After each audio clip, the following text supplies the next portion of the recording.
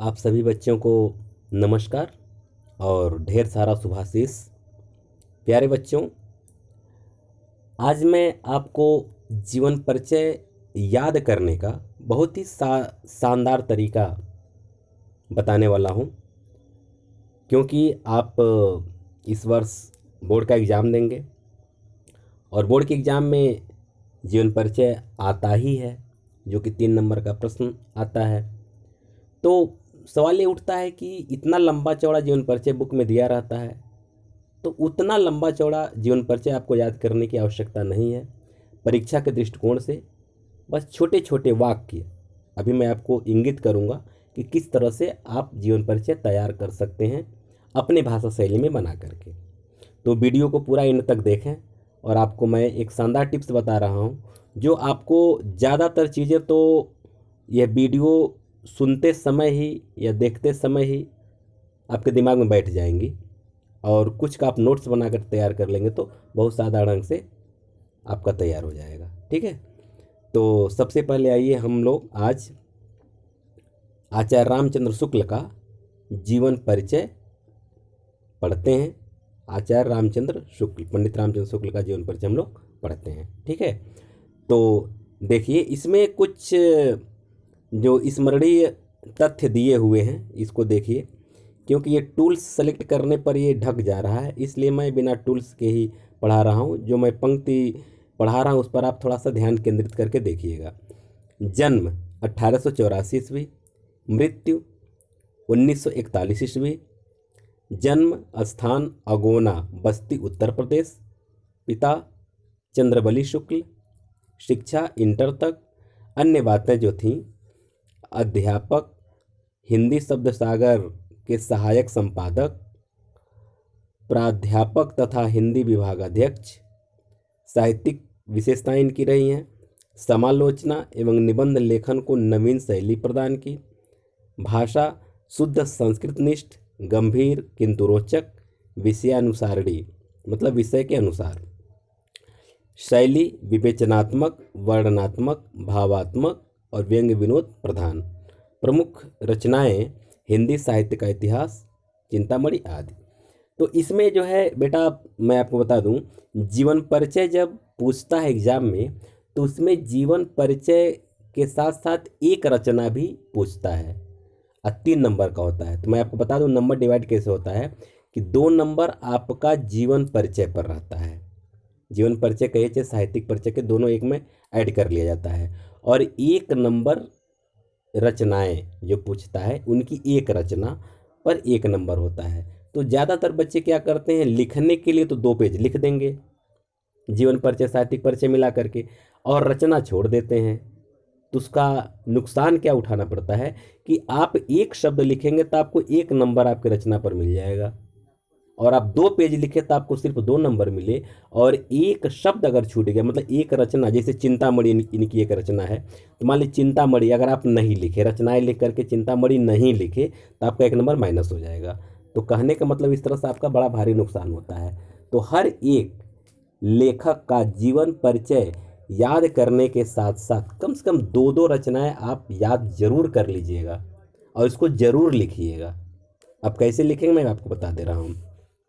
तो जो स्मरणीय तथ्य है, इसको तो आप तैयार कर लेंगे, क्योंकि ये मोटी मोटी चीज़ें हैं और आपके जीवन परिचय को लिखने में सहायक सिद्ध होंगी। अब मैं पूरा जीवन परिचय पढ़ रहा हूँ। यहाँ देखिए, जीवन परिचय लिखा है, पंडित रामचंद्र शुक्ल का जन्म बस्ती जिले के अगोना नामक गांव में 1884 ईस्वी में हुआ था। अब यहाँ देखिए ऊपर जो दिया है जन्म 1884, तो आप आप अपने रूप में भाषा शैली में इसको लिख सकते हैं। कैसे? जैसे यहाँ लिखा पंडित रामचंद्र शुक्ल, आचार्य रामचंद्र शुक्ल, आप लिख सकते हैं हिंदी के प्रकांड विद्वान या हिंदी के ख्याति लब्ध साहित्यकार आचार्य रामचंद्र शुक्ल का जन्म। अब यहाँ देखिए जन्म स्थान अगोना दिया है, अगोना, तो अगोना यानी कि यहाँ देखिए अगोना दिया है ना, अगोना बस्ती, तो लिख सकते हैं कि इनका जन्म अगोना में यानी बस्ती या अगोना बस्ती में हुआ था। और कब हुआ था? तो 1884 में हुआ था। ये मोटी मोटी बातें याद करनी पड़ेगी, गांव, जन्म, मृत्यु, ये सब याद रखना पड़ेगा। तो देखिए कैसे लिखेंगे? आचार्य रामचंद्र शुक्ल का जन्म बस्ती जिले के अगोना नामक गांव में 1884 ईस्वी। दो तीन चीज़ें याद रखना पड़ेगा, अगोना गांव और 1884। एक वाक्य आपका इसे तैयार हो जाएगा। ठीक, अब आगे देखिए। 4 वर्ष की अवस्था में ये अपने पिता के साथ राठ जिला हमीरपुर चले गए, वहीं इनकी प्रारंभिक शिक्षा हुई। अब देखिए, दूसरी बात आपको क्या याद रखना, इनकी प्रारंभिक शिक्षा कहाँ हुई? तो हमीरपुर में हुई। तो कितने वर्ष की उम्र में अपने पिता के साथ चले गए? तो 4 वर्ष की उम्र में चले गए। ये मोटी मोटी बातें आप याद कर लीजिए कि अब अपने भाषा में बना कर लिख सकते हैं कि शुक्ल जी 4 वर्ष की उम्र में अपने पिताजी के साथ हमीरपुर चले गए, वहीं इनकी प्रारंभिक शिक्षा हुई। आगे देखिए, 1892 ईस्वी, यहाँ देखिए 1892 ईस्वी में इनके पिता की नियुक्ति मिर्ज़ापुर सदर में कानूनगो पद पर हुई। पिता के साथ वे मिर्ज़ापुर चले गए। अब दूसरी बात क्या रखना है कि एक तो हमीरपुर आए, वहाँ उनकी प्रारंभिक शिक्षा हुई। इनके पिताजी 1892 ईस्वी में इनकी नियुक्ति हुई, और कहाँ हुई? तो जो है कि हम यहाँ ये देखिए ढका हुआ है, मिर्ज़ापुर ज़िले में सदर कानूनगो के पद पर हुई। और वे कहाँ चले आए? मिर्ज़ापुर। माना हमीरपुर से कहाँ चले आए? मिर्ज़ापुर चले आए। आप इसको लिख सकते हैं। तो आप दिमाग में सेट करते जाइए कि 4 वर्ष की उम्र में हमीरपुर गए, फिर वहाँ उनकी प्रारंभिक शिक्षा हुई, फिर उनके पिताजी का नियुक्ति। अगर मान ली सन नहीं याद पड़ता है तो ठीक है, लिख सकते हैं कि अगर मान ली सन 1892 नहीं याद पड़ रहा है तो आप लिख सकते हैं उनके पिताजी की नियुक्ति मिर्ज़ापुर के सदर कानूनगो के पद पर हुई थी, और बाद में आचार्य रामचंद्र शुक्ल बाल्यावस्था में मिर्ज़ापुर चले आए। ठीक है, इसके बाद अब देखिए, आप 1921 ईस्वी में इन्होंने मिशन स्कूल से फाइनल परीक्षा उत्तीर्ण की। अब देखिए, अब ये क्या लिखना है, क्या याद करना है?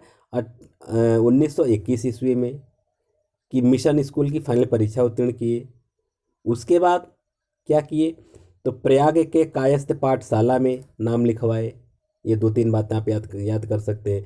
मिशन स्कूल में 1921 में परीक्षा फाइनल किए, फिर उसके बाद से प्रयाग के कायस्थ पाठशाला में फिर नाम लिखवाए, किंतु गणित में कमज़ोर होने के कारण ये इंटर की परीक्षा न दे सके। ठीक है ना, इंटर की परीक्षा नहीं दे सके। उसके बाद अब देखिए, बहुत अच्छा तथ्य है, कुछ बच्चे सोचते हैं कि हम परीक्षा नहीं दे पाए, अर्थात यानी साफ साफ शब्दों में कहा जाए कि ये फेल हो गए। ठीक है, यानी नहीं देने मतलब फेल हो गए गणित में कमज़ोर होने के कारण। तो अब फिर उसके बाद अगला पॉइंट आपका बना लीजिए कि मिर्ज़ापुर में पंडित केदारनाथ पाठक एवं बद्री नारायण चौधरी प्रेमघन के संपर्क में आकर इन्होंने हिंदी साहित्य के अध्ययन को बल मिला यहाँ जो है। तो अब इनसे कौन कौन ये लेखक मिले? पंडित केदारनाथ पाठक और बद्री नारायण चौधरी प्रेमघन, मिर्ज़ापुर में ये दो लोग इनके संपर्क में। इसको आप दिमाग में सेट कर लीजिए, या इसको नोट्स, मैं जो पॉइंट बना रहा हूँ ना, आप इसको नोट बना लीजिए। ठीक है, उसके बाद इन लोगों से मिलने के बाद थोड़ा सा इनको हिंदी के अध्ययन में बल मिला। आगे है कि यहीं पर इन्होंने हिंदी के साथ साथ उर्दू, संस्कृत एवं अंग्रेजी साहित्य का अध्ययन किया। अब एक पॉइंट ये भी लिख सकते हैं, कुछ दिनों के लिए कोई जरूर नहीं कि जो पूरा पूरा आप वाक्य लिखें, कुछ वाक्य आप छोड़ भी सकते हैं। जो मैं बता रहा हूँ अब तो याद करने का आपको मैं बता रहा हूँ। इसके बाद देखिए, फिर कुछ दिनों के लिए आपने मिशन हाई स्कूल में ड्राइंग मास्टर के पद पर काम किया। ड्राइंग मास्टर आप समझते हैं, जो कला के टीचर होते हैं। तो आप लिख सकते हैं कि कुछ दिनों तक ये मिशन हाई स्कूल में कला के टीचर के रूप में, ड्राइंग मास्टर के रूप में काम किए। ठीक है, आगे बढ़ते हैं। उसके बाद फिर यहाँ सन याद करना बहुत अच्छा रहेगा कि 1909 ईस्वी में हिंदी शब्द सागर के लिए वैतनिक सहायक, वैतनिक माने वेतन के साथ, माने वेतन भुगतान के साथ, वैतनिक सहायक के रूप में काशी आ गए। कुछ दिनों तक नागरिक प्रचारी सभा पत्रिका का संपादन भी किया। ये बहुत इंपॉर्टेंट चीज़ है, ये सब चीज़ याद करना जरूरी है कि नागरिक प्रचारी सभा पत्रिका का संपादन भी किए। उसके बाद तदंतर माने उसके बाद इनकी नियुक्ति काशी हिंदू विश्वविद्यालय में हिंदी अध्यापक के रूप में हो गई। यानी काशी हिंदू विश्वविद्यालय में नागरिक प्रचारी सभा पत्रिका का संपादन किए। फिर उसके बाद से इनकी नियुक्ति काशी हिंदी विश्वविद्यालय में हिंदी अध्यापक के रूप में हो गई। और वहीं पर ये सबसे इम्पॉर्टेंट बात, इसको आप नोट जरूर कर लेंगे, 1937 ईस्वी में विभागाध्यक्ष हो गए। किसके विभागाध्यक्ष? तो हिंदी के विभागाध्यक्ष हो गए। ठीक है।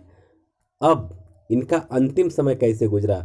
श्वास का दौरा होने के कारण, श्वास का दौरा माने श्वास अवरुद्ध होने के कारण 1941 ईस्वी को इनका क्या हो गया? देहावसान हो गया। तो यानी जन्म और मृत्यु, ये इतना याद करना जरूरी होता है। तो जो पॉइंट मैं बताया हूँ आप इसको सेट भी कर सकते हैं दिमाग में, या फिर आप चाहें तो इसको याद भी कर सकते हैं, या फिर आप इसका शॉर्ट नोट बना करके तैयार कर सकते हैं। बाद में परीक्षा जब नज़दीक आए तो आप उसको धीरे सरसरी निगाह से आप उसको देख लेंगे तो आपका तैयार हो जाएगा, वीडियो का आपका पड़ा रहेगा। अब रचनाएं देखिए। अब जब इतना हो जाएगा ना तो देखिए, ये जितनी बातें इधर जो लिखी गई हैं, इन सब चीज़ से आपका कोई लेना देना एक तरह से नहीं है। आप नहीं भी लिखते हैं तब भी आपके परीक्षा में ये आपका इतना देहावसान हो गया, यहाँ तक आप नोट बना लिए।